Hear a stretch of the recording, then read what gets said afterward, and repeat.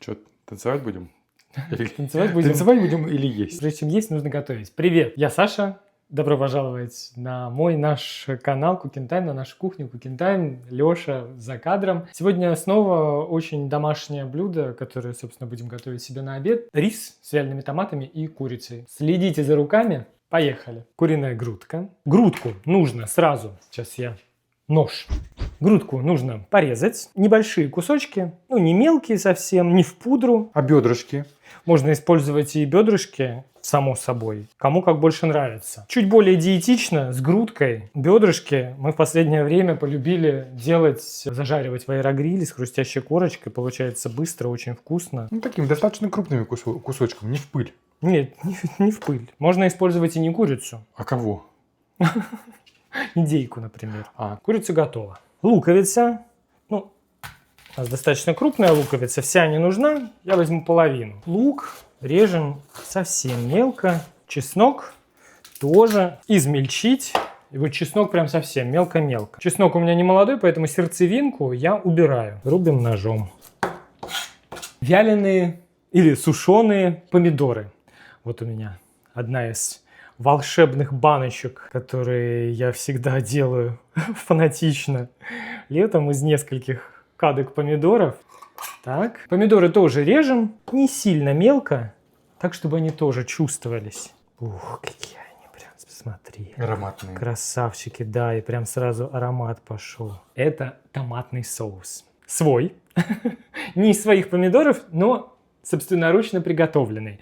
Я рассказывал, как я готовлю уже не первый год, и не второй, и даже не третий год томатный соус. Сейчас покажу. Вот таким вот образом он хранится в морозилке. Вот он.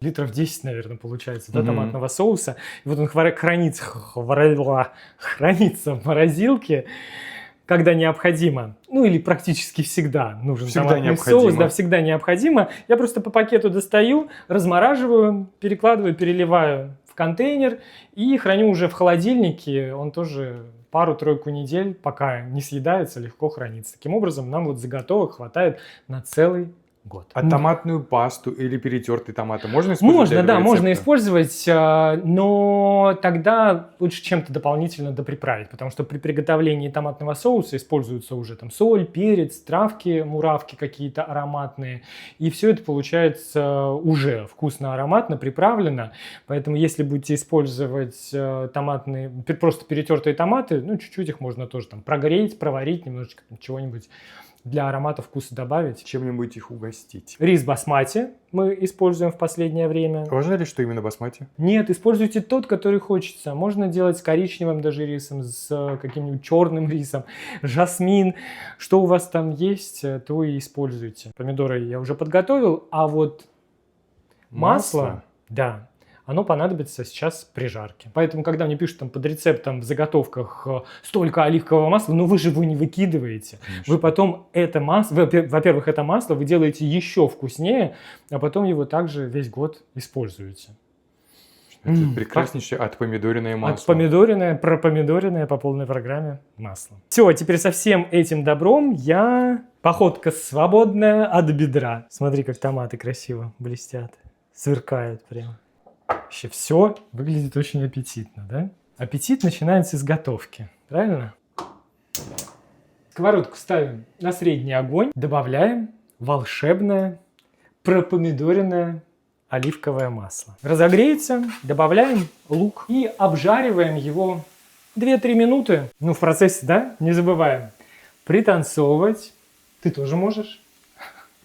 Пританцовываем, чтобы все получилось еще вкуснее. Это энергичный танец. Пахнет уже очень вкусно. Сложно дышать. Казалось бы, просто лук, да, и масло вот это отпомидоренное. Добавляем чеснок порубленный и обжариваем с луком вместе. Максимум минуту. И вот с чесноком уже все, прям вообще пошла песня, да? Добавляем кусочки курицы. Как все зашкварчало, зашипело. Смотрите, чтобы огонь не был сильно большим, но и маленьким, он тоже слабым, он тоже быть не должен. Курица должна подобжариться. Пока я ничего не солю, не перчу. Пока все так. Иначе, если сразу посолите, курица отдаст воду и будет там уже во всей своей этой влаге не жариться, а вариться. Добавляем сушеные вяленые помидоры. Перемешиваем. Сейчас можно поперчить, посолить. Пришло время добавить томатный соус. Посмотри, какой он. Щедрый, половник. Никакие травки я уже не добавляю, потому что все это есть у меня в томатном соусе. Он уже у меня вкусный и даже пикантно-остренький. Накрываем крышкой и вот оставляем томиться, пока занимаемся рисом. Я не знаю, кто как делает, но я по старинке, меня этому научила моя одногруппница, а ее научила мама. Я всегда промываю рис в 7 водах. Я прям отсчитываю. 6. Хорошенько 7-ю воду смываем. И теперь уже отмерив необходимое для варки риса количество, на плиту. Вода закипела. Подсаливаем. Убавляем огонь до минимума.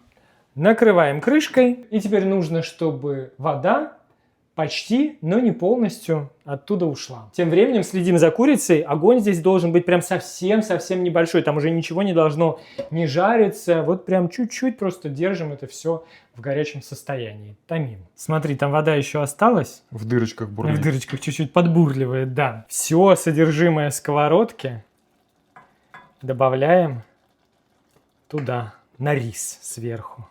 Накрываем крышкой. И теперь остается только довести рис до готовности. Ну, то есть минут через 10 максимум все это будет уже готово. Остается только хорошо все это содержимое перемешать. Вот прям берем и хорошо все это перемешиваем. На плов похоже. Ну, такой быстрый плов, да. Ленивый. Он и по вкусу чуть-чуть чем-то напоминает. Какая красота. Ну и пока это все еще горячее, ароматное, с пылу, так сказать, с жару, раскладываем по тарелкам. Мы сделаем сегодня не только вкусно, но еще и красиво. Берем кольцо, в кольцо всю эту красоту выкладываем. Сверху буквально чуть-чуть какой-нибудь ароматной зелени. Приятного аппетита!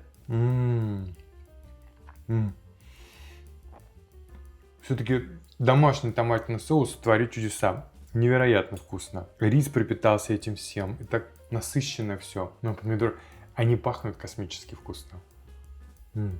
И по вкусу все идеально. Всем срочно надо. Ну и по традиции остается только добавить тост. За вас, за нас, за то, чтобы всем было так же хорошо и вкусно, как нам сейчас. До новой скорой встречи. Пока-пока. Зынь. Пока. Все? Все гениальное съето. Правда. Ну все, остается только вылезать тарелку. Но этим мы займемся в следующей серии. А эту тарелку я отнесу Петру Васильевичу. Пусть моет. Угу.